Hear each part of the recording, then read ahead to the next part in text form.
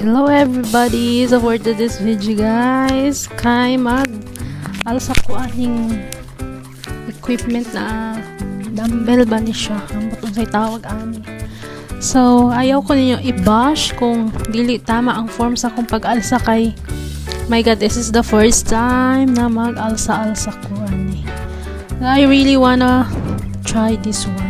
I wanna badly po talaga na gustong gusto ko tong buhatin, kaya lang natatakot ako baka na-injured ako kasi mali yung form ng aking pagbubuhat, kaya lang tinry ko ngayon, baka naman kaya ng katawan ko. Oh my god, ang bigat niya po talaga.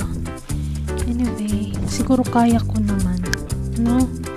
Sadyang tiyaga lang and pag-aralan kung paano. Wala naman kasi akong pambayad ng coach, no, para sa pag-workout, nagsasariling sikap na lang ako. And ito, gustong isang buwan na siguro akong workout, pero hindi ko pa to na-try. Marami ditong pwedeng buhatin, kaya lang natatakot ako baka ma-injury ako. Hanggang maliliit na dumbbell lang talaga ako. So, today nga, tinry ko to. Ayan. Feel na feel ko pa yan, pero nanginginig na tuhod ko dyan. Sabi nila, dapat straight daw yung katawan, pero hindi ko alam kung sa paggagawa ko ng ganyan, straight ba. Ang lalaki ng pawis ko. Happy yarn. At ayan pa, umisa pa nga, nilagay sa balikat. Oo, talaga. Gusto ko subukan itong mga ganito, yung napapanood ko sa mga video. Kaya naman, ayan. Talaga naman kala mo naman napakalakas. Ayan.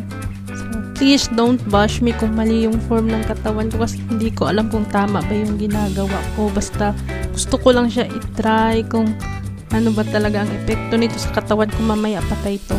Parang feeling ko ang sakit. So, yan, naharap pa nga sa salamin at gusto makita ang katawan kung talaga naman, pero feeling ko mali yung form talaga ng katawan ko. Grabe, nanginginig na yung tuhod ko dyan, pero pinipilit ko lang kasi yung nakikita ko yung katawan ko sa salamin, parang feeling ko ang sexy ko. Charis! Oo nga. So, kung sa pagkain pa, craving satisfied. Oh my god, ang bigat. Tagam juga niya zayang sakit sa lawas, tanaon ta. Grabe, grabe sakit siya sa lawas. As in, sakit kay sa tuhod, nangurog akong tuhod, anak, grabe.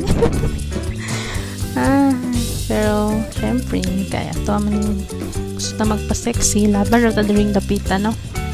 So punta sexy na jud ta ani.